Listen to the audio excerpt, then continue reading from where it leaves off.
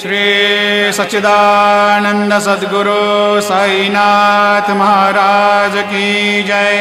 ब्रह्मानंदं परमसुखदं केवलं ज्ञानमूर्तिं द्वन्द्वातीतं गगनसदृशं तत्त्वमस्यादिलक्ष्यम् एकं नित्यं विमलमचलं सर्वधी साक्षिभूतं भावातीतं त्रिगुणरहितं सद्गुरुं त्वन्नमामि। सद्गुरु साईनाथ देवताभ्यो नमः। सकलोपचारार्थे गन्धाक्षतपुष्पैः सम्पूज्य अथ धूपः।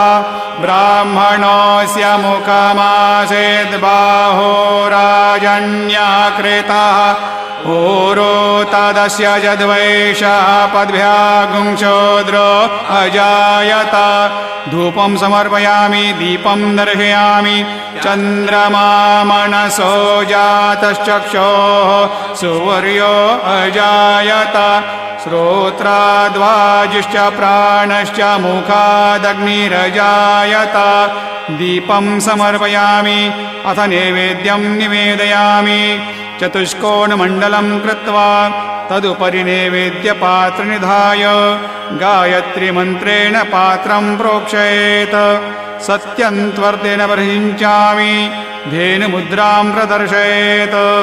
ॐ प्राणाय स्वाहा ॐ अपानाय स्वाहा ॐ व्यानाय स्वाहा ॐ उदानाय स्वाहा ॐ समानाय स्वाहा ॐ ब्रह्मणे नमः। मध्ये पानीयं समर्पयामि पुनर्नैवेद्यं निवेदयामि। ॐ प्राणाय स्वाहा ॐ अपानाय स्वाहा ॐ व्यानाय स्वाहा ॐ उदानाय स्वाहा ॐ समानाय स्वाहा ॐ ब्रह्मणे नमः।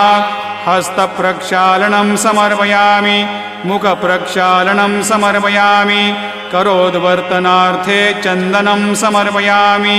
सद्गुरु साईनाथ देवताभ्यो नमः। आरार्तिक्यदीपं दर्शयामि। शिर्डी माझे पंढरपूर साई बाबा रमावर बाबा रमावर साई बाबा रमावर। शुद्ध भक्ती चंद्रभागा भाव पुंडलिक जागा पुंडलिक जागा भाव पुंडलिक जागा।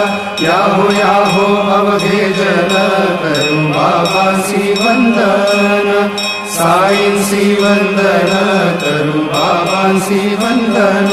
गणू म्हणे बाबा साई धाम पाव माझे